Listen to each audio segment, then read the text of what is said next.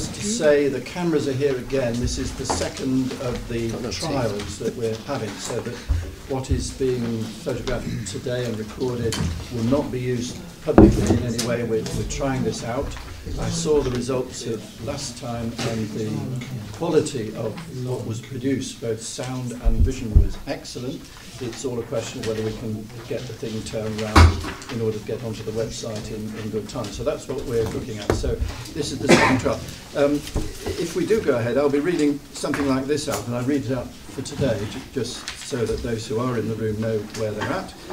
By entering the meeting room, you are consenting to being filmed and to the possible use of those images and sound recordings for publication on our website and or for training purposes. So we would read that out. We'd probably have it on the agenda pack, I would think, so that people know what they're going to. We welcome you to the Public Accountability Board, and we particularly welcome members of the public, which includes Councillor Jane Dunn, who's on the Police and Crime panel. I think this is the first time you've been. Yeah. No, nobody's told me anything. Okay, you're very welcome.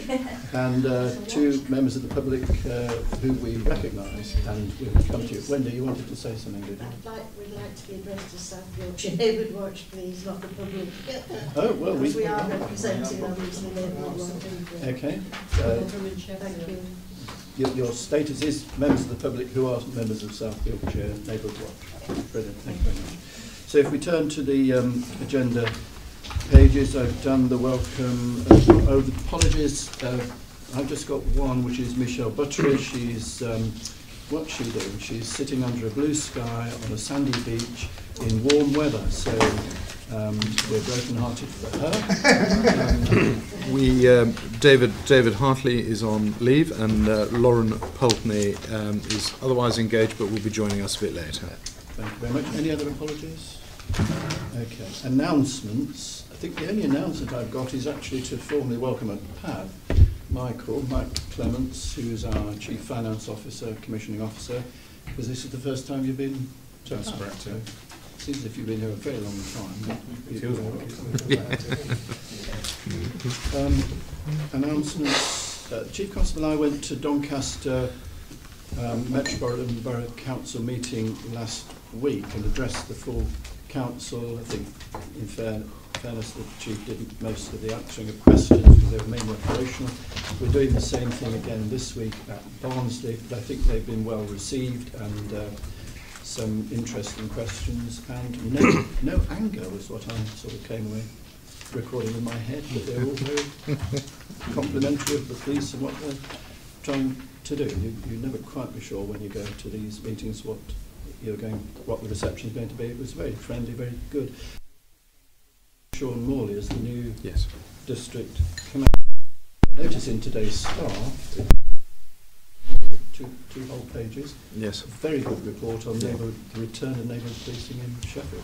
Yes, and similarly a nice opportunity for Stuart to be sort of blended in as well at the back end of that article, which is really good. Yes. Yeah, very positive, and a positive editorial. I didn't read it. So. The editorial was very positive about the return to neighbourhood policing and it being a good response to a public appetite. So, very positive piece. No other announcements that I'm aware of. Public questions. I think we have one from Wendy at Neighbourhood Watch. Wendy, I've not seen it, but we've got it here. Do you want to read it? Do you want to read it out? Well, it actually is three. It's three. So which one would you like? Oh, well, shall we read all three? They're not very long. Thank you. Yes, do you want me to do it then? Yes, is that all right? Okay, so I just wondered if we could have an answer for the majority of our people why it's been necessary to get the inspectors to oversee at least two major-ish police stations in one go, because we felt it had a bit of a knock-on effect to how much a relationship we can have within the local police stations. Okay. Then Neighbourhood Watch was assured that the new alert system was simple to sign up for and wouldn't cost anything to be part of.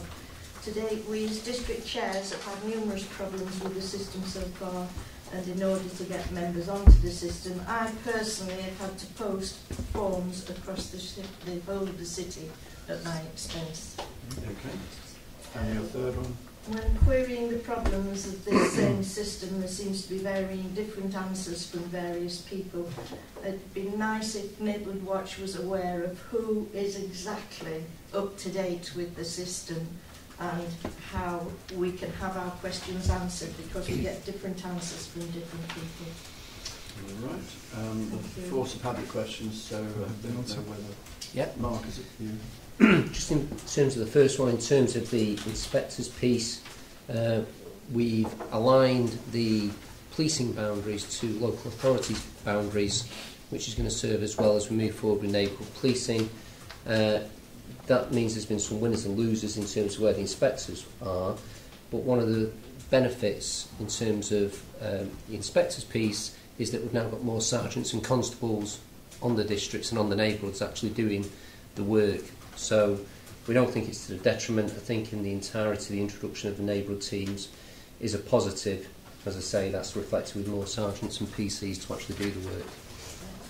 We can't have everything at all ranks. So. No, there just seems to be a bit of a strain on them at the minute. I'm sure it'll bed in. You know, it's the relationship. We do recognise the importance of the relationship with the inspectors and key groups like Neighbourhood Watch, but in the round we're satisfied that we have made a significant investment in neighbourhood policing. In terms of the second one, in terms of the alerts, we did have sight. We have spoken to all the coordinators, and at the moment Wendy is the only one reporting any issues. Superintendent Thomas has personally briefed all of them, and we're not aware of any technical issues. We did offer the alternative of people completing paper forms and sending them back to us if they felt there were any IT issues, there was a system that they weren't happy with, and we would then upload them. That's what we've done. As I say, we're not aware of any other districts or any other coordinators who've had issues. If there is any small costs incurred in sending the forms through, then we'll happily cover that. But we'll work again, and if you want further briefings with Neil, we'll arrange that to make sure that you're au fait with the system. But everyone else seems fine with it. Can I point out, sir, that this is the Rotherham District Chair who's having the same problems as I am and has reported it regularly. Okay, well that's at odds with what I'm being told by Superintendent Thomas, but we'll follow it up and make contact and take that up and get back to you. Yeah. And the third one, in terms of different answers from different people, again, more than happy to follow it up, but all the coordinators have been briefed by Superintendent Thomas. He's the point of contact for this. The information that he's been given is right from a corporate perspective. Again, we'll redo that and make sure the briefings are in place. But in general terms, there haven't issues flagged. It's a system that will build and will give us significant benefits and a better system, we believe, than the Confirmer one. And it is a point of contact then for Neighbourhood Watch, Superintendent Thomas. Would that be a better point of contact? We are in contact with him. You do have that? We do, but it's just that there are other people in other places giving us information as well, and they all seem to conflict. And obviously, Superintendent Thomas perhaps will need to know that. Okay. Yeah. Well, I think we've heard that, and we'll ask the Deputy to follow that through. But remain with Superintendent Thomas would be my advice. I would trust him with my life. Well, might go that far along. But we'll get him to make contact and reassure. I mean, we would ask, you know, when we change any system, and I know Confirm was popular with a number of people, you do get concerns when it changes, but we're happy this will give us a lot better coverage and better reach. We do think it'll be a better system, but we are keen to work with. We do value the Neighbourhood Watch system, so we want to work with you to make sure that you're happy with it, because we're all after the same thing here. So I'll make sure that we get back in touch and we iron anything out. Okay, so we'll follow that through, and I'm sure you'll come back and tell us how things are going. Yes, thank you. Thank you. Good to meet you there. Item 4 is urgent items. I was going to ask a question about trees, but I think trees of Sheffield trees, that is. I think that has, for the moment, gone away or subsided. No further action, as I understand it, at the moment. So. No, not for the time being. Item 5, items to be considered in the absence of the public and the press. Don't think there are any. Item 6, declaration of interest. Not been notified of any other than the ones we have permanently. Item 7, minutes of the PAB held on the 21st of December. That's pages 1 to 8. First of all, in terms of the accuracy of the minutes, everybody happy with those? Pages 1 to 8. Grammatical change. I don't think we'll have to put on the two for public if Oh, right. Okay. Yeah, give us the until they are changed. Once grammatical. Page 4 of the minutes. Fourth paragraph down. DCC Roberts informed the board that several arrests have been made across South Yorkshire and Derbyshire in relation to acts of alleged terrorism. We wanted the word alleged inserted. Or perhaps before acts. Or even before acts. Alleged acts of terrorism. Okay. And then in the paragraph below that, this one is a grammatical one, the fourth line down we talk about the roll-out of local policing. It's the wrong spelling of the word roll. So it's to change roll out to roll out. Okay. So with those two changes, everybody happy? Thank you very much. On then to the matters arising and the actions from those minutes, which is pages 9 and 10. If we go down those very quickly, 272 is discharged, I think, 274 and 275.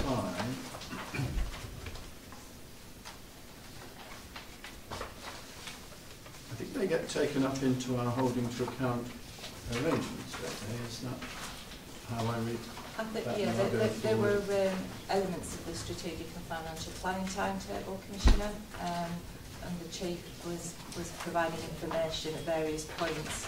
Those are described in actions 274 and 275. What we've said now is that the proposals, particularly the savings proposals, are included in the draft budget, which is on today's agenda.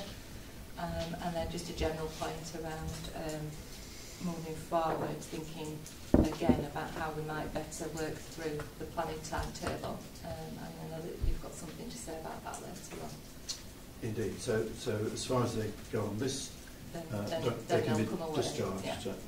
276, that's on the agenda. 279 gets taken up into the estates board meetings, so that can come off as well. 283. It's just amendments to be put in the next iteration of the neighbourhood policing week, I think. Is that these? Yes. So do we take that off? I think they're baked into the next print run basically. So it's done, noted, and will occur. We'll just work through the remaining copies of that run, but we will do that. Just one thing on it. It doesn't mention the police and crime plan. It doesn't actually say police and crime plan, but it does mention the priorities. Yes. Yeah. If there was some way of saying where the priorities came from, yes, namely the police and crime plan, that would be very helpful. And that's exactly. Because I can take that around as well when I go around with yes, my sort of mini stuff yes, too, and we get a lot of it. Absolutely. So, be very good. So, Karen, perhaps we could ask you to take that. Is that your name? It's not actually, it's under BCNI. Okay. 286, yeah, that's ongoing. That can come off, I think. 287. I've got a report for today, either now or... For today? Oh, fine. So that can come off. 288. Again, I'll give a verbal update on that one if you're happy to. It's one I mean, in terms of what the force management statement means, it's going to be the reporting mechanism for HMIC. It asks for the links to plan on the page and the police and crime plan, which is in some ways the wrong way around because the force management statement isn't going to change. We're making sure that the reporting regimes that we work to internally put us in the best place to meet the requirements of the force management statement. So the quarterly performance reviews, the force performance meeting. I know Eric is looking at the reporting mechanisms between us and the OPCC. We're trying to harmonise them all so that the report once, and what we do is building us up for the force management statement to avoid reporting one set of things to the police and crime plan, one set of things to the plan on a page, and then another set of things to the force management statement. Makes no sense whatsoever. So we're making sure that the performance framework and the data we collect is all moving towards hitting each of those aims. And I think that your plan and the plan on the page work together whether in terms of the reporting. So we're just going through that harmonisation process. So okay. On 287, that's the knife crime. yeah. Is it possible just do a brief written note on where we're at with that? Yeah, absolutely. I've got a report here. Oh, I'm sorry. If you'd like it, or I can No. talk to it, or I can hand over the report and let you have it, whichever way you want. Let's. What, you've got enough copies for everyone, have you? No. Okay. I think if you did that written, if that came to the next meeting, Fine. is that all right? And Of course then it talk to it at that meeting as a separate Yeah. thing, but don't do any more than you've done there, that's fine. Just, if I may, just on the force management statement, I mean, of course, this stems in large measure from HMIC. HMIC have only recently concluded the consultation as to what force management statements need to look like, and so all that Mark has talked about takes its expression from those requirements. Over and above that, I met last Friday with Chief Constable Andy Rhodes from Lancashire. Lancashire have, as we were, part of the pilot behind FMS, they have seconded from the Home Office an individual into Lancashire Constabulary who is working with them in terms of their force management statement. And it is our intention to sort of make common cause in terms of trying to flesh out the very best quality product, because these are going to become a very important part of how we manage ourselves and how we express what it is that we're seeking to do over many years to the public. And so, notwithstanding the verbal update, having sort of being able to capture all that detail, I'm sure we could just draft up a sort of a 2-page report for the next PAB, because I think the public would have an interest in what it's all about and how it comes about, and it will actually have the I think it will have the handy function of perhaps bringing into one place what historically has been several bits of work expressed in different ways. So we're very committed to doing a first-class job around the management statement, because I think it's going to be good practice and a good organisational discipline. Well, that might be quite a useful report for you to have for other purposes. Yes, anyway, absolutely. So that would be good. Is next month too early? No, we can certainly bring back, you know, what it is, what it's going to look like, why it comes to need to look like, Yeah. the shape that it will take, and then the proposals as to how we're going to do it. It'll be too early to produce the first iteration. Of course, that's going to be the work of the coming months. Yeah. But I suppose I meant HMI are not likely to fundamentally change what they're asking for as a result of the consultation. No, absolutely not. No, I think that's set now, and I think they're very clear. The force management statements in this first iteration will not be made publicly available from HMIC's perspective in terms of they want to run one inspection cycle through and almost see how it falls, and then work out what best practice looks like. And then from the following year, that becomes then the key sort of touchstone around which the inspections will turn, particularly around efficiency and effectiveness, which for us on the efficiency front, where we meld organisational need with capability, with a mid-term resource strategy, with the assessment of policing need, it'll all come into one place, which I think will bring a really good discipline and structure to us all, and will simplify some of those processes that run behind that. Just for reassurance, we're not waiting for HMIC to unveil the final template for the management statements. We're ongoing with the work, so in the same way that when we have the various penal inspections, each of the ACCs and Nigel chair groups for their respective parts of the inspection, with any actions, any AFIs, any causes for concern, and we manage them on an ongoing basis that then reported into me. We've migrated any residual actions from the appeal process together with any broader ones, such as any other reviews that gave us actions. They've been melded into what we're required to do for the force management statement as best we understand it. I then have a goal group where each of the chief officers reports into me for progress for their business areas, so that we're doing it as an iterative process, because I think we've had some real positives with HMIC, and that's as a result of being prepared and working our way through them and building in the change as part of the overall force performance structure, rather than thinking next month's an inspection, where are we at? So we're taking forward that process with the force management statement, so the report format will be there or thereabouts as we understand it, but the work to make sure that we're in a good place is already well in train for that, and it's just an ongoing thing throughout the year. Yeah. Okay.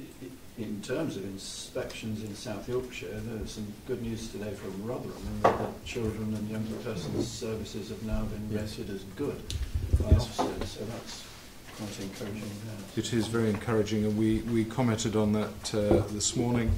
I think the coverage has been very good. There's a small area that continues to require improvement, but actually in no way detracts from the overarching report, which is very positive, and there are elements of their performance rated as outstanding.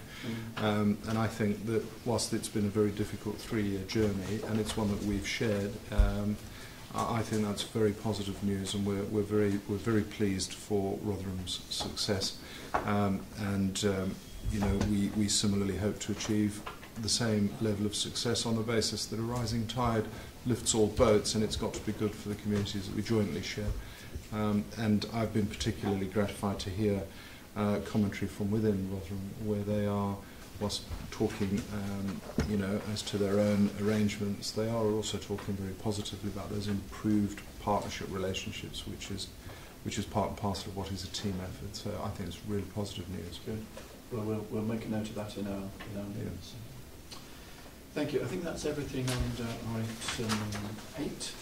So we move on to 9, which is the Peace and Crime Plan 2017-2018, but the Budget Monitoring Report goes November 2017. Michael, this is here, isn't it? Commissioner, you've got the joint report from the report and Commissioner's budgets in relation to budget monitoring.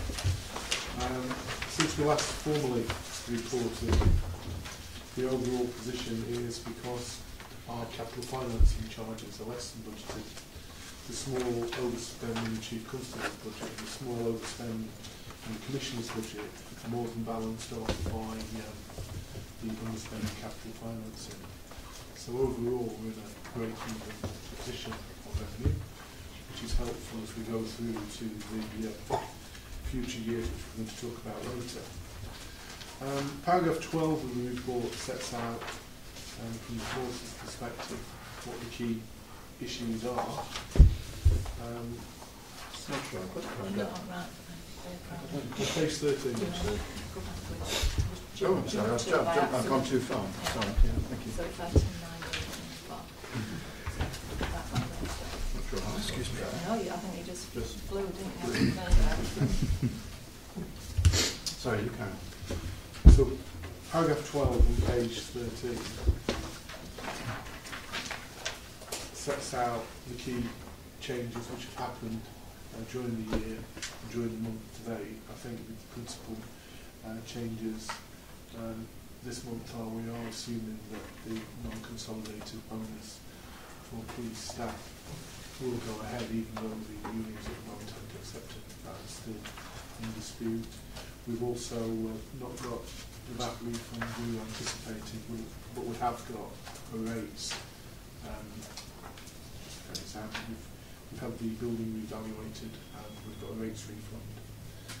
So rather than going through line by line, I think it's probably better if we take questions. In terms of capital, we set out in paragraph 19 the reason for the changes in the capital programme. I particularly draw attention to the the slippage involving schemes involving the police station, where Rotherham Council have got redevelopment plans for the town centre, of which they would like the existing Main Street premise to be a part of, and the conversations which we'll have at the Estates Board. So what we have done is we've put on hold replacing the boilers and expenditure on the workshop move until we've got a clear idea if that fits in with our long-term state plan. That doesn't mean to say they're all freezing in. No. Rather than Main Street. No, the heating system's working, but ideally we would have replaced it with a more modern system, which would be more energy efficient. And again, I think it's best if I just answer questions rather than through my plan. While we're on capital, can I just ask, I mean, we started the year with a capital programme that was at, well, where was it? I'm trying to think, was it 13 million? I mean, Yeah, over 17. And then it went up to 16 million. Probably the slippage, yeah. And then it came down to 12 million. Is that right? Yeah. 13. And now it's 10. Yeah. It's very hard to keep It pace, is. track. Yeah, I think we've clearly rephased. One of the big issues has been, over the years, our major transformation IT programs. We haven't rushed their implementation. So when the budget was initially set, we had a different implementation plan for Connect and Smart Contact, which have changed. The rest, we're making sure we're getting value for money, rather than just rushing ahead with schemes until they're properly designed. Because what we don't want to do is deliver them with extras or changes. Has any of that had any revenue consequences or borrowing consequences? That's why the capital financing charges this year less than they would have been, because when the budget was set a long time ago, the debt charge would be based on the higher capital programme.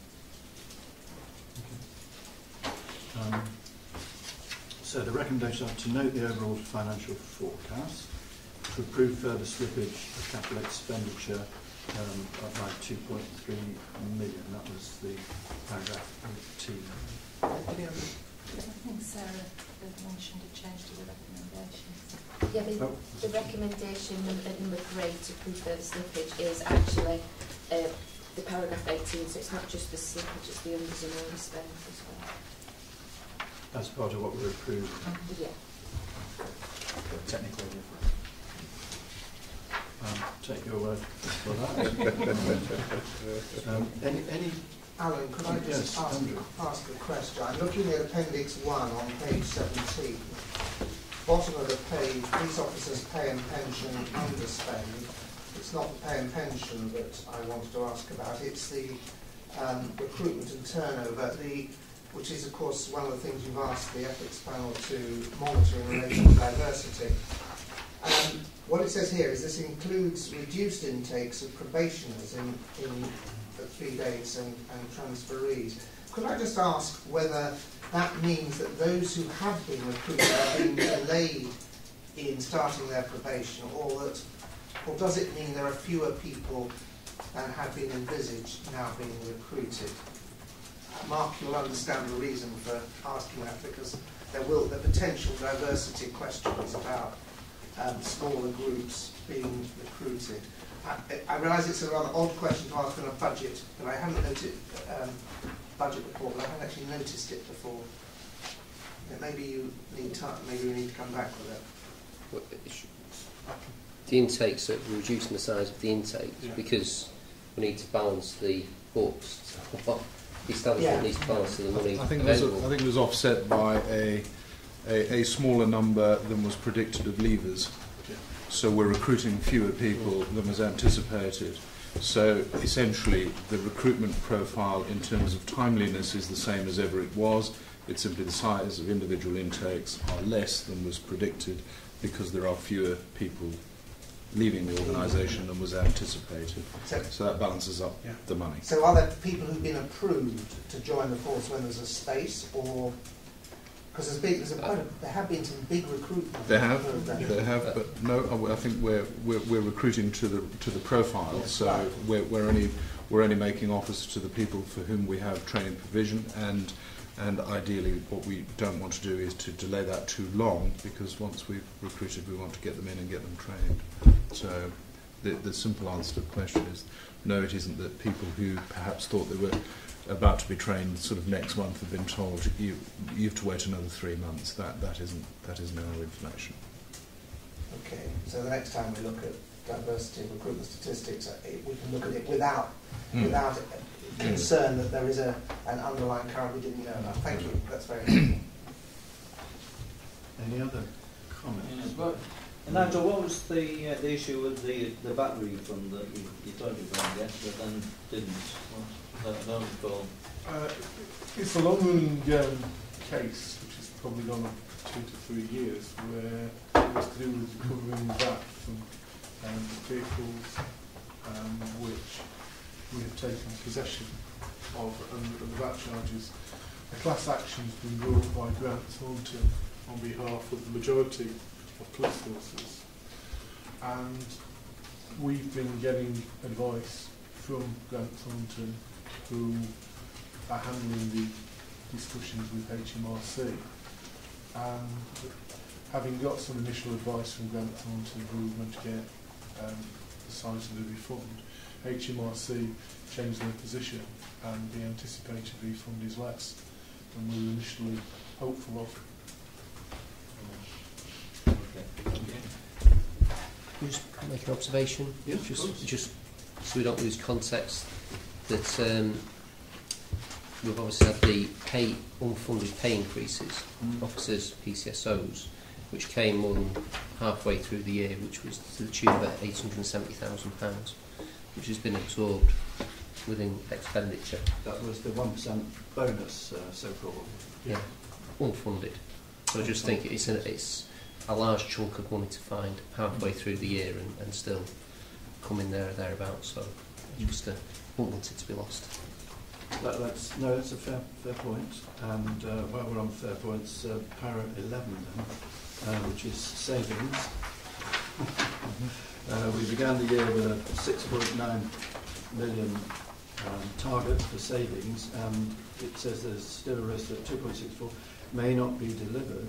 I mean, this is November. I guess you'll be in a position to know whether that is going to be delivered or it won't be delivered. Yeah, we've assumed that they're not being delivered in the out-term figures, and when we built future years' budgets, we've done a realistic assessment of those savings, and only those we know with a high degree of certainty we've built into future years' budgets. And we've also built in the extra savings we've made, which weren't suggested at the beginning of the year. What's the £500,000 or 0.46 on para 11? Is that in addition to the 2.6, or is that part of? No, what we're saying is that whilst we haven't delivered 2.64, we know half a million of those will go into next year's budget. It's the same figure. Yeah. And just as in we will realise them next year. And just to put some flesh on that, Nigel, to just give an illustration of those figures, because some of that is about licensing costs having come off, isn't it? Yeah. Post sort of investment in IT and stuff. So there's some certainty to these figures being recurrent in future years. Yes. Is it not? Yes, and we've also had things like the telematics on cars, where because of the information security, we couldn't deliver them. But we've done a very realistic assessment of where we are in all of them. So, for example, policing Robin Hood Airport. Yes. Thanks to the work Tim's done, we've now got some saving or additional income this year, which was in the initial savings plan, and we've got a reliable figure of what we think the charge is going to be for next year. It's just that you can understand the nervousness if we have a savings target and we miss it by really quite a big amount, and we have a savings target going forward for next year, which is also big. Yeah. And if we miss that one, and the nervousness around the capital programme, is that, you know, have we really got a grip of it if we can go backwards and forwards to such an extent? But that's the only comment that I want to. Yeah. And I think they're reasonable comments. Certainly with the savings, the savings that we put forward for next year, we have been through a process of having been through those savings line by line. We've sought to establish the margin of certainty around the delivery of those savings, and we've been able to differentiate between those where we are absolutely clear that those savings will be achieved, as distinct from those where, you know, within a margin of error they may or may not be fully achieved. But I think the savings plan that we've put forward as part of the next year's budget, we are very much more convinced that it is robust and realistic and will be delivered. But I think it's an absolute fair point, because we are talking of missing last year's savings target by a very significant factor, and absolutely accepted. Okay. Any other questions or observations on that? Just yes, on that, I think that reinforces the plan for next year, that we need to sort of really understand the savings that are being proposed for next year, and sort of seeing some sort of reporting mechanism that we can follow that through, so that we're aware, you know, if we do start missing things, that we know to yes. this opportunity. Yeah. Because I think I've lost track of where the savings that we have missed, if you like, and it's useful to know where the problems are. I know that football, I think, was one of them. Yes. But if Jack have lost track of them, well, I don't think we've ever really tracked these fully through, and I think that's what we're saying. No, for next year we need to do that. I agree with that, and unfortunately, you know, one of the decisions of doing the simplified budget monitoring report was to remove the annex, which actually goes in detail on the savings, and that goes to senior leadership group, so that would be something which is well worth putting back in. Yes, depends how it's done. I mean, as long as it's clear, it will be understandable of the public. It will absolutely be clear, and we've certainly undertaken that we're going to have, going right through, in addition to the budget monitoring report, sort of a product that is almost visually impacted, very clear. It's the reverse, as I've suggested, of the thermometer in collections for the church roof. It's got to be very clear as to where we are, and we profile the savings, and we will track that in a way that will be very obvious and transparent, and we share that product over and above the monthly budget monitoring with OPCC, so that we're all, there'll be no surprises next year, one way or the other. Or shocks. Or shocks. Okay. Thank you very much. That was pages 11 to 22. Item 10 then, strategic and financial planning, which is pages 23 to 60. There's a covering report, which is... Erica, do you want to say a word? If I may. So what we've done for item 10 on today's agenda is bring together in one place all the various documents that go together as part of the Commissioner's strategic and financial planning process. So it's an integrated process that starts with trying to understand what the policing need is in South Yorkshire.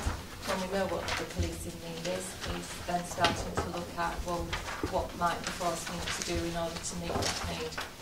And it goes beyond just policing. I should have said, Alan, it covers the anti-crime services as well.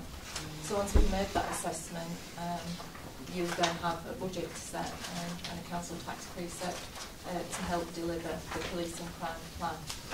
So the report, as the covering report, sets that out in brief.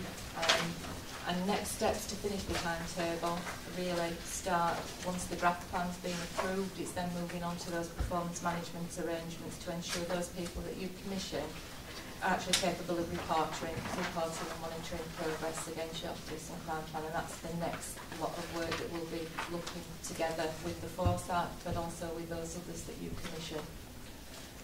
We also said earlier on in today's meeting that we have a review of the planning process to see if we can improve it and make it slicker for next year. So that's all I wanted to say about the cover report. Okay. So then we go on to 3 appendices. The first is the policing crime plan, That's up to page 46. And then the precept consultation, finally the draft budget in Appendix C. So if we look at Appendix A, I don't think we need to spend a lot of time on this. This is the draft of the refreshed or renewed police and crime plan, which statutorily I have to do every year. And we have to get it done by March. And so this is it. And I know the force have made comments on that. I understand you're happy with most of it. The only bit that you seem not to be happy with was my forward. Thank you for the comments on that. We're not happy, we just sought to support you with some alternate views. No, very, very glad to receive it. Unfortunately, I didn't receive them in time for it to make a difference to what's gone into the pack, but that's probably our fault rather than yours, I guess, because we got them later, I'd imagine. But I have tried to take account of. I've not accepted everything you said, but most of it I had to go to try to rewrite that a little bit, which is very helpful. So thank you very much indeed for that. Sorry you took against the prophet Jeremiah, but not personally, just as a general approach. He's Jewish. I'm Christian. There are Islam. There are members of the Muslim faith who also accept the prophet Jeremiah. So I think we're on to it. We'll leave that. Leaving theology aside, if Erica, you want to say a word about police and crime? Yes, if I may, Commissioner. So, set out in legislation that there is a requirement that when the Commissioner wants to refresh or renew his plan, he needs to take that through the Police and Crime Panel. The Police and Crime Panel meets on the 2nd of February.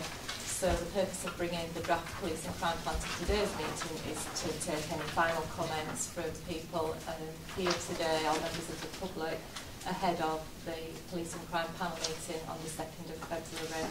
So the Commission is asking for any final comments, please, by the 31st of January.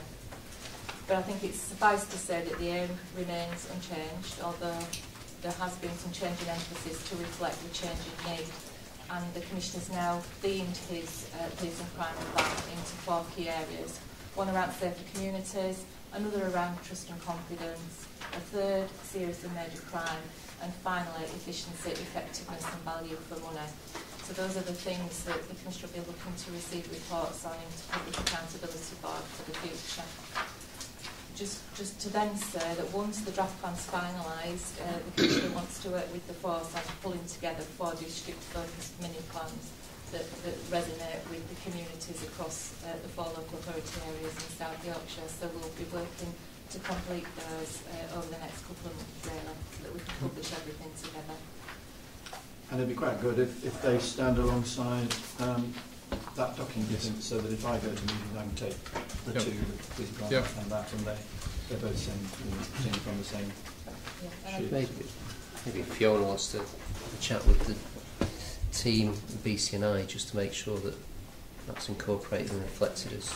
Because you say it's there, isn't it? It's just making an explicit link the to the priorities are in there, just as mentioned the police and crime plan, which would be helpful to me to say that's the link. Absolutely. That's how it works. And just one final point, Alan, that in the police and crime plan, we say this year that you're going to be asking the Joint Independent Audit Committee to do some work around customer process of savings plans and the Independent Ethics Panel to work around supporting a positive culture.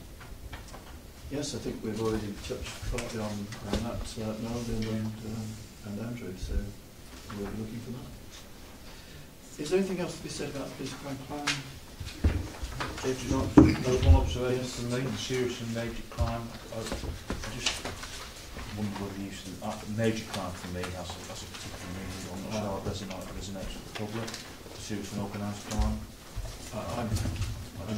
We did start with serious and organised, and then we didn't think it covered the full range, but with the guided value, it was a better definition. What HMIC? Serious and organised crime. A major crime for me is something that sets up an incident room with a particular type of administration system behind it. Serious and organised crime. You're talking about, you know, and when I look at that, you're talking about strategic threats around cybercrime, you know, human trafficking, all those things. It's organised. I mean, some of it you get into semantics around it, but it's the organisation element that there are people organising it as a business that reflects the seriousness of it. Yeah. Whereas major tends to reflect our structure that we put behind it. Would you have a chat with Erica? It might be helpful for that read across if we use language that's common with HMIC and the FBS. Yeah, whatever you're all using, we want to be using the same. So, okay, we'll check that out. Thank you very much. Otherwise, everybody happy? Thank you. We move on then to Appendix B, which is the precept consultation. And Fiona, you're going to say a brief word on that? Yeah, this was a kind of report we've done from probably around May, June onwards last year, whereas early engagements events we've been to, we've sort of tested with members of the public who would be willing to pay a little bit more in the council tax and sort of warm people up to the fact that that might be coming this year. Generally throughout the year most people have been accepting of that. Not much kickback, but a few comments made around reluctantly accept it, but we want to see more visibility for the money. We want to see improvements around 101, including more timely feedback and often explanations as to why a police officer might not attend and it might be just a member of police staff. This was followed up following the spending announcement just before Christmas, so the early part of this month, first couple of weeks we're out and about across the districts. Doing very specific consultation around the cost, the fact that a Band D property would average around £12 a month increase on there. Generally, again, quite positive and accepting of it with slight reluctance and the same things in place around visibility, etc. The only outlier on that was Barnsley, which you'll notice on the table on page 48. They were sort of less accepting of it, but generally what we asked them to do is we asked them to put sort of a token in a box as to say yes or no whether they support it. If they're putting in no, then we'll have a further conversation with them around why. A lot of what was coming out from that conversation was around council services. So they were reluctant to pay more in general, but it was mainly around the council, not so much around generally. We didn't want to pay for the police, it was just across the board really. So that's the anomaly on that one. Just on that one, that the only sort of anxiety there is that this is an area where there is the hub, i.e. the police and local authority are working very closely together. Do we get tarred with the one brush? And I think that is probably yes. And just something to watch, that was all. But it did seem to be moan more about local authority than South Yorkshire Police. But yeah. Just something to keep an eye on. Okay. Yeah. On the consultation, I met the leaders of the district councils on Friday, and they understand they're in the same position as far as raising precepts go. They're being pushed towards having to put the precept up, so they completely sympathise that they get this. They were a bit ferocious about police overtime, and that's not the first time. This is particular mayor of Doncaster is keen on these matters, and said, have we have the police, that is to say, got a grip of that? So that's the kind of question that's coming from them. And also reserves. There were comments around reserves, and arising out of that, whether the South Yorkshire Police have hidden contingencies. Are you slipping stuff away which we're not cited on? I said, well, of course they have contingencies, but I don't think they're hidden. I think we know what they all are. But there's this anxiety that somewhere you've got secret pockets of money that go on. It's the SLG brief one. It's the SLG brief one, so I don't know what it's called. Maybe you should have asked them the same question. I'm afraid it was them interrogating me, not the other way around. I don't get the opportunity.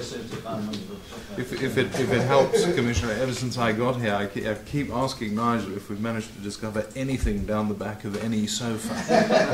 Unfortunately, the answer has always been no. Yeah, well, but we do keep trying. You think I've got money and pushed away in there as well, which we're not. Anyway. Okay. But just to give you a heads up in case you get into conversations with them, that overtime is they're always exercised about use of overtime, and particularly when they see how can you run an organisation that has vacancies on the one hand and overtime on the other. That's the way the question came. I will leave it hanging there. Yeah. You don't have to respond to them. I'm tempted to. Right. Thank you. I think that's everything on the precept consultations, but so far there is a general sense, I think, of the public that we may have to put precept up, and they understand why, and as long as they're seeing something for the money, which is negative pacing, is the thing that comes up most often, they'll accept. What were the results of the social media poll? Because I think there was something on Twitter or something. Yes, we did put on the social media. We did some face-to-face in the districts, and we pushed it out on online survey as well. 79%. Oh, that's the bottom. Yeah. I wasn't too good either, really, was it, the response? You thought there would be much, but I was one of them. Right. So we know where to blame. Okay. So thank you very much. We come then to Appendix C. We're in danger now of having appendices to appendices, which is troubling. We'll have to think about how to set this out another time. We will. Mike and I have had a chat. Okay. Right. So Appendix C, which is the joint report of the Chief Finance Commission Officer on the proposed revenue budget and council tax for 2018-19. Who's going to lead off? Which you might Yeah, thanks, Alan. So the report sets out the proposed budget and precept level for 2018-19, so the financial year ahead, so the New Year's budget. The report is structured in a way where it sets out initially the expenditure pressures for the force and others, and it goes into reference to inflation, unforeseen, unanticipated cost pressures and growth, around 8 million of those pressures. £2 million worth of top investment into transitional costs in supporting transformation. We've also touched up, and of course, the ongoing issue of legacy costs and the net gap on those that is anticipated in 1920, which is a significant amount of £7.1 million. So this is the point Alan was referring to. So in Appendix B to Appendix C. So this is my fault, and I'll use this. I can only use this once as the new boy, as a new person. That's my one opportunity to be excused for that in terms of understanding the structure of the report. For Appendix B, page 59 in the summary table, those pressures I've referred to are there once you work your way down the table from the effectively brought forward baseline budget. Offsetting those pressures, which added to £17 million, offsetting those pressures, or going towards offsetting those pressures, there are savings proposed of £6.1 million. And the appendix prior to page 59 then details and sets out the savings plan in a portfolio by force for a total of around £6 million number. Now, I may look to colleagues to add to any detail further on those when I've concluded my introduction with that. Now, obviously, in balancing the budget, we need to balance the budget. The income side of the equation then, after we've taken account of savings, then government grant, we've had a slight change to the preceding 2 or 3 years, and in terms of where the government grant works, in that it's not been reduced for 18-19, but it's been maintained in cash terms, which of course is a real terms reduction. And with the precept, there is additional flexibility to increase the precept in the next financial year to the equivalent of £12 on a Band B property. That's £12 per annum. Now, I believe 70% of properties in South Yorkshire are in either Band A or Band B, so the equivalent annual numbers for a Band A are £8 per annum and £9.33 for a Band B property, and they all equate to a 7.6% increase. Now, taking account of the government grant and the maximum precept permissible, we're still short in terms of balancing budget to the extent of £7.3 million. So, in order to balance the 18-19 budget, the proposed budget includes a recommendation of using reserves of £7.3 million in the right number. So the report concludes then with some reference to reserves and moving forward. And it's an area of work I'm going to spend more time on then in 2018-19 then in terms of reserve strategy, and also refreshing the medium-term resource strategy, the medium-term financial plan moving forward. So we're more clearly sighted on the pressures and as we move forward over the next 2 or 3 years. So I'm not going to add anything further. I'll be happy to take any questions or equally invite any colleagues to contribute further to what I've said. No, did you want to say anything at all at this point? No? Thank you. Okay. Any questions or comments from people around the table? I have a question, but you may rule it out more. I forgot to give you notice of any other business when we met just before. So, but it is a financial matter. The CPS's decision to review rape convictions, financial implications of that. I wonder whether we've yet thought about that. Wearing my Minister of Justice hat last week, there was clear concern about the impact on the legal aid budget. It's obviously something that's got to be done. I don't know how extensive the re-investigations are for this force or any other force, or whether it's going to be significant in budgetary terms. It certainly is for defence lawyers. Chief, is there anything you can say? Yeah, Tim can address the issue directly in terms of the ongoing review, but you'll know that last week the DPP and MPCC agreed a plan to walk towards covering off these issues. These are difficult issues, as I think has been made clear in terms of a lot of the public commentary around this. It clearly isn't satisfactory that these potential issues of disclosure are being discovered at the last gasp, but of course the system is designed to make sure that these things don't impact a fair trial, and so there is an element of these things having been discovered and the safeguards in place have allowed that to happen. However, it is absolutely recognised that there are issues of disclosure, but these are less about almost a malevolent intent not to disclose. It is very much a feature of the complexity of modern communications. You know, a modern mobile phone can produce as many as 30,000 pages of potentially disclosable items, and therein lies the resource implication of being able to have people review that volume and then to render the record in a digitised form. That creates a real problem. Now, whether, frankly, we get to that as the outcome as opposed to doing something differently remains to be seen, and work is ongoing with the DPP in that regard. So we will be working to adhere to the plan.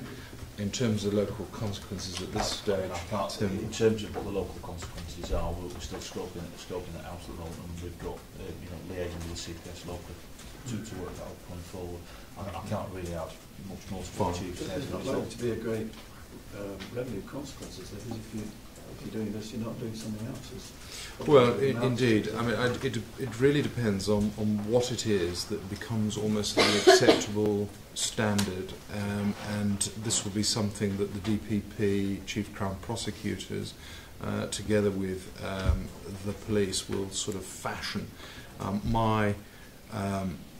My growing sense, frankly, is that this starts to take on the hue of something that could otherwise damage the administration of justice.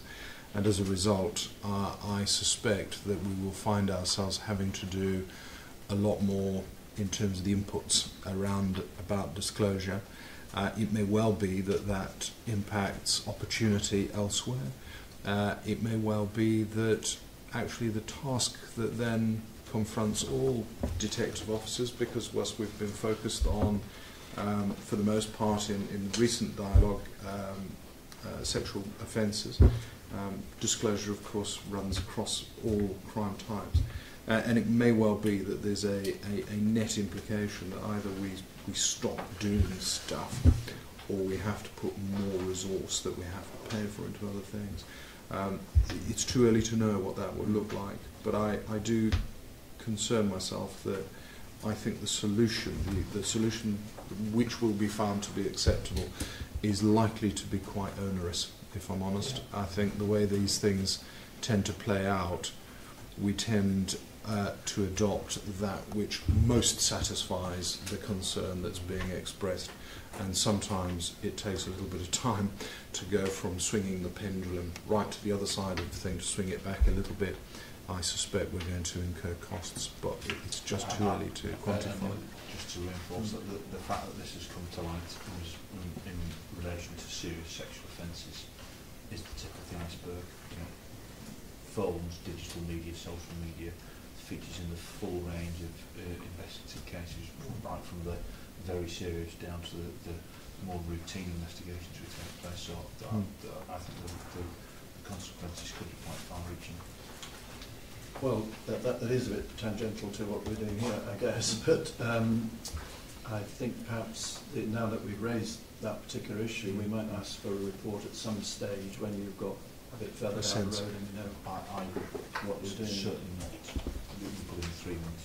Yeah. To think that through. No, I mean, I did talk to the Chief Constable about this issue a little while ago, so I was satisfied that South Yorkshire was concerned they were doing what needed to be. Yes, yes, indeed. And similarly, I've had conversations with the Chief Crown Prosecutor for Yorkshire, and there is an ongoing process as ordered by the DPP to review all ongoing prosecutions around rape and other serious sexual offences.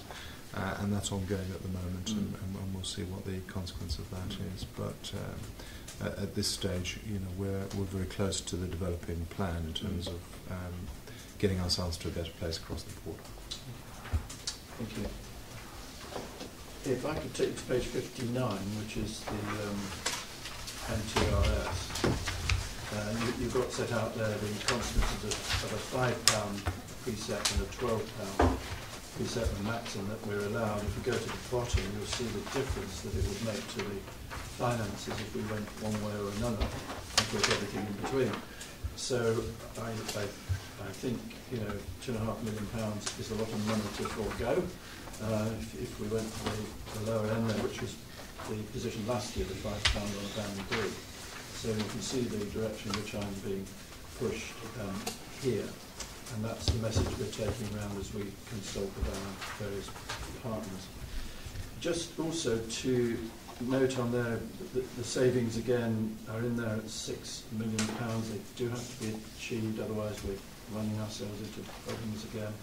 And if you look in that, just below the middle of the page, the section about Hillsborough civil claims, CSE, Stovewood, etc. And the assumptions we're making in there that we will get special grant. So all this is predicated on the assumption that there will be special grants, and we've done a calculation there. If we don't get a special grant, you can see what gets added to the bill, which is frightening.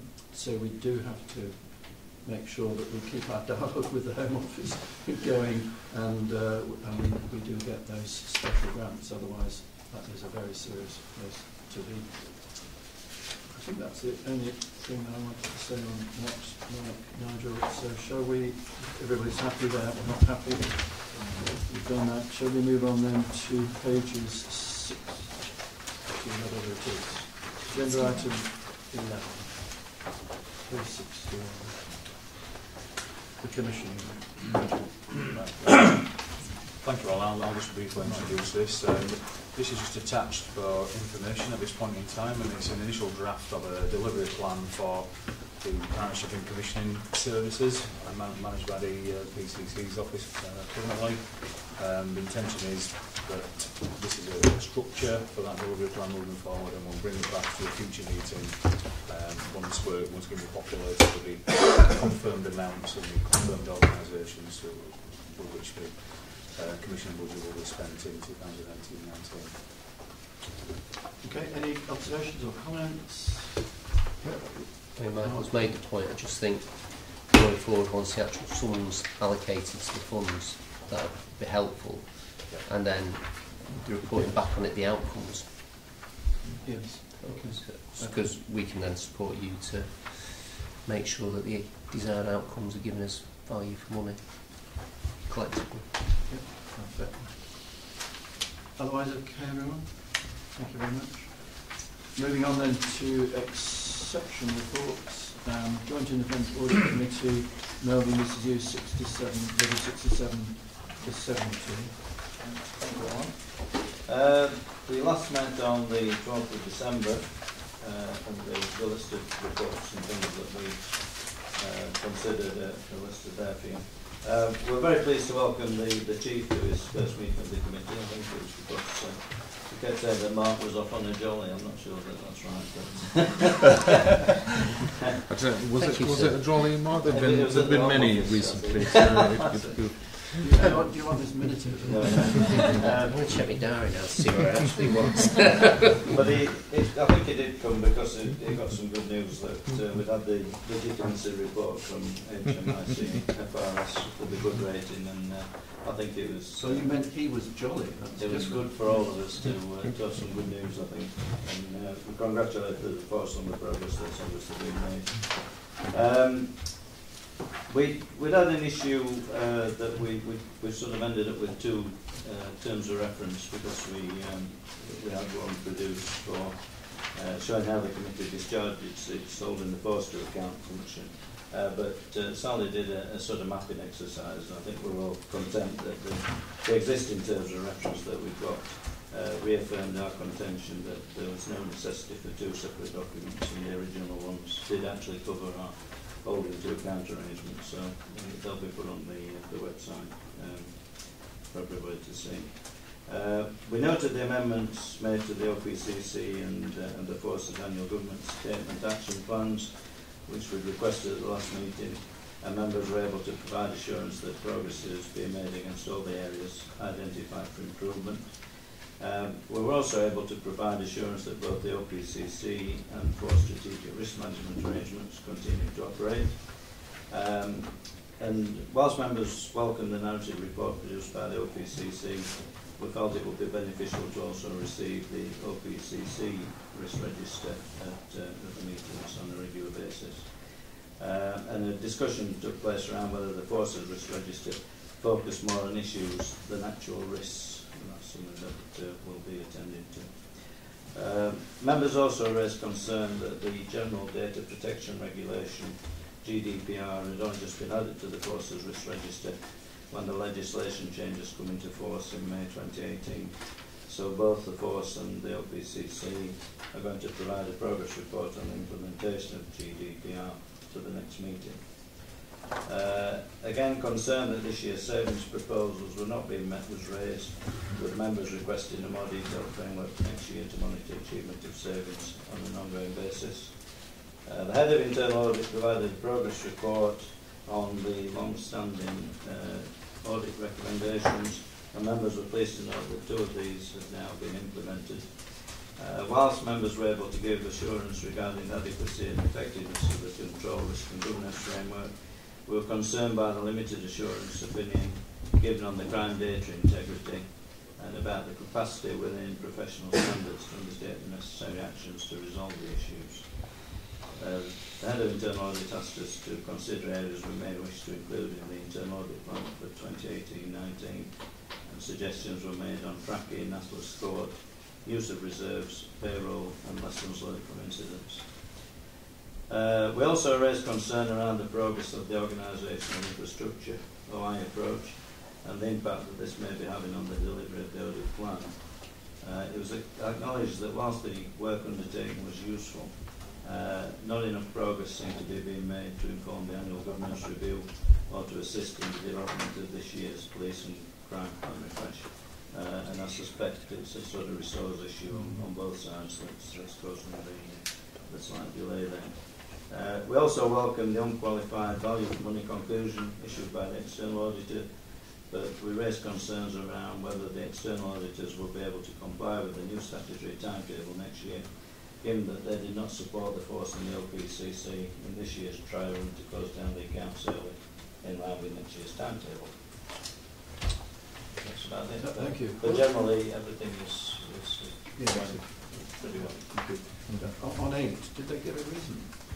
Well, no, we've sort of discussed it a few times, I think, and they don't seem to think that they were ever partaking in doing it early, did they? I think they did have a number of staff issues during the audit, but we had a meeting with them last week, and they've increased the interim audit, and they're going to try and cover off more work in that, and they're going to do a lot of work beforehand, so they've assured us that they'll meet the deadlines this year. They will have to keep an eye on it as well. I'm sure they will. Any on savings we've dealt with that? Yeah, I think we track that through we need to have a Giles discussion to- with Michael at some stage as to Yeah. how we're going to try and... But the nervousness is that 1/3 of those in that list are either low or medium achievability, which is worrying. So we'll follow that through. I suppose we need to... it's one of these things you've got to be constantly looking at it and obviously if there are some, some other things that come up that I give us and then we can report those back. So you know what big I can give you some good news. One of the medium savings has been over-delivered. MPAS have given us a saving of 412,000 rather than 200,000. Just come in this morning. Well, congratulations, I'm astonished. That is good news. Gosh, 212,000 bits of good news. Ideally, we should have been given No, 600,000. I appreciate that. I mean, what the consequences of the service are if they're dodging money out. I think we've been more rigorous in our tasking of what we actually use it for. And we've been very challenging about service delivery. Well, that's good news. So make a note of the good news. Always happy to have good news. Chief. Were you going to mention crime data integrity? Yeah. I was. Yes. Okay. I'm not quite sure what the link is with professional standards capacity. Because it wouldn't necessarily be professional standards that deal with crime data. So It's sits with the tin. two different reports. One was on crime data Right. integrity and another one related So it's two to separate system. issues. Yeah. Right. I mean, we discuss again the professional standards bit, and I think it's around some technical kit purchases which I'm cited on, and we are where we are, and it will get resolved. Crime data integrity, Tim, or Chief? My understanding was that 3 of the 4 recommendations were completed at the time the report was published. So doesn't really resonate with what's written in the report there in terms of what's outstanding, and so we'll pick that up. Yeah, I think the we will have probably, I hope sensibly, have introduced some nuance around our almost organisational certainty that all of the interventions that have been put in place will, by of necessity, put us into a good place come the HMIC audit of crime data integrity, only because we do know from inspections so far up and down the country, I think with one false exception, which achieved a good, everybody else requires improvement or inadequate. I would suggest, and you might say, well, I would do, wouldn't I? But I would suggest that this is starting to bring issues to a head as to the crime recording standard and the nature of the audit, because ultimately, if even the best can't achieve a good, then it questions whether the audit methodology and the crime recording standards are achievable. And I would point to the fact that we have a lot of confidence that we have improved dramatically, which is why we are not sat before you in the sort of panic that would normally be necessitated by having the second largest increase in recorded crime in the country. That is actually more of a reflection of the improvements we've made to our performance around crime data integrity. So those figures alone, the conversion rate between incidents to crime and all those things, give us some comfort that we've made tremendous strides.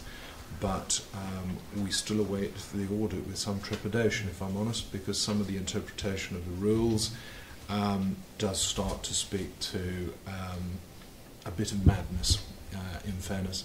And I know there's a lot of very good organisations. Lancashire Constabulary recently received an inadequate. Lancashire have not been inadequate in anything since 1995. In fact, they've been good and outstanding in everything since 1995. So when first-class organisations are graded inadequate, you start to question the methodology, and there is a growing appetite, I think, within MPCC to just start to question the sense of the way we're doing this, because we could candidly be putting millions and millions of pounds into this, and we still would not be confident that we will achieve anything right. So it's becoming an administrative exercise. Yeah, it is very curious. It is. And the failings are very often not that you're not recording crime, it's that you're not recording crime quick enough, or if you are recording crime, you haven't read the full dialogue, and that potentially another isolated crime which will be caught up in the evidence to prosecute the principal crime, that needs to be separately crimed, and a lot of this is becoming almost curiously difficult, frankly, and at some point there's going to have to be a reckoning, because I think we can't go on like this. It's a national It's a national issue, hence MPCC, HMIC, and the Home Office. So. Just to make the point about that particular audit clear, at the time we found sufficient control issues to warrant a limited assurance opinion, but as Tim says, all those issues were recognised, and from memory I think all the recommendations were implemented sort of almost as we were doing the audit. So I wouldn't want that assurance opinion to be taken out of context. At that time we found issues, but they were pounced upon immediately. I'd like to think, as we've got more on top of outstanding actions, we are getting a lot more timely, so that if not quite live time as audit recommendations are coming up, we're moving to rectify them quite swiftly. There was one on IT that we recently did, and it's good because the audit identifies things which we then need to deal with. So we are getting a lot more time, I think, in being responsive. Okay, everyone, thank you very much. That was item 12. Item 13, final item, is Trust and Confidence Steering Group. Fiona? Yeah. Just a verbal update. Yeah, just to give an update, I think some people on the table have been involved in presentations for the initial feedback from the baseline assessment which we undertook last year. SMSR Limited, an independent organisation that did some work to survey and test trust and confidence levels in SYP across South Yorkshire last year. So there was a period of intense work, which was about 7 weeks, where over 4,400 people were surveyed in hard to reach, particularly around hard to reach communities was the guide that we gave them. I think this sample size in the hard to reach communities is one of the biggest that they were aware of that's been done. So I think as far as the base of those that were involved in the survey, really good and gives some really detailed information. There's some really positive things that have come out in the headline reports. A lot of people are high levels of satisfaction in the service. Those surveyed to police officers and PCSOs at least weekly was over 43%. 54% were fairly satisfied with the level of uniformed policing presence. Obviously, we expect those figures to change with the implementation of neighbourhood policing as well. We can monitor that going forward. Specifically younger people, this was a bit of a surprise to us. Younger people are a lot more positive, a lot more confidence in the police, and they don't seem to have any recognition of any of the legacy issues that have gone before us. Overall confidence in South Yorkshire Police was at 76%, which is higher than the national crime average for the National Crime Survey for England and Wales. Under 25 is extremely confident, and 78% have trust in South Yorkshire Police, which was higher than those that have trust nationally in the police service as well. Over 71% were confident that the complaints are going to be dealt with fairly, and 78% confident in receiving a good service, 87% supporting the police, and 82% thinking South Yorkshire Police have integrity. So some really good sort of figures. We need to look at some areas for improvement. There was a slight anomaly with Rotherham. Rotherham seemed to be lower across the board in all areas. We are awaiting detailed district reports, written reports, and we're going to pick that up with the district commander there. Another area to look at was victims. Victims of crime seem to be a little bit lower down. In some areas that gap was quite wide, so as the OPCC we're going to undertake a project around victim satisfaction, looking at the victim journey, and because what this survey doesn't say is where in the journey from being a victim of crime to the outcome, what is it that affects their confidence as they go through that journey. So we're going to do a bit more detailed work where we dig that out and look at whether it's something in one of their experiences or whether it's some commission services that might be missing along the line that they might need. So we'll report back through that at a later date, probably towards the end of the year. And I think the programme takes us through to about September to do that piece of work. The other bit that they will be the report, there's also some interesting things coming up around, they did sort of face-to-face surveys and some work with local community groups and meeting with representatives and members there. They're just doing a little bit of extra work around with the community groups and going to produce as a separate report, because there were some really interesting findings around not necessarily having the confidence with the police, but a lot better working with the grassroots level organisations rather than your bigger ones. They're going to just pull some report out on there and make some recommendations as what we can do better there. I think that was main headlines. We're hoping to receive in the next couple of weeks a county-wide strategic report and 4 district reports. So we'll be able to see where each of the districts will get a better breakdown of what their results were and look at where their anomalies are, where they're doing really well and what can be improved. So that will feed in through the Trust and Confidence Steering Group. We've got a meeting scheduled for later this month, and those reports will be looked at there. And once we've got those written reports, we'll make those available and possibly come back to PAB with more detailed information. We're also looking at, I think, alongside that, the force is doing some work around the confidence mapping in the districts, and we're expecting, I think it's more than due to start to report at the end of this month on that one, and then we'll bring that work back as well. So David's not here today to update on how that's going, but I think the next report will be due in April, so we should have detailed information from each of the districts there, which again will feed into this work. The Trust and Confidence Steering Group's work will go as a result of this baseline. We're going to just look at which way we go and where we take that work streams going forward, but I think some of the work and the results that have come in here will certainly give us some direction. Thank you very much. I think it's really been worthwhile doing it, and it's yielding some very interesting statistics, and I look forward to the breakdown as you've described it, particularly our district. I mean, as you know, I've got a social science research background as part of my shady past, and this survey is massive. To have 4,000 people on your data, that is extraordinary, and so I think we have absolute confidence in what we've got. But as with everything, it's getting underneath the raw statistics to understand what they're telling you and what they mean. But it's really good. I look forward to more. Thank you very much. I think we've come to the end unless there's any other business.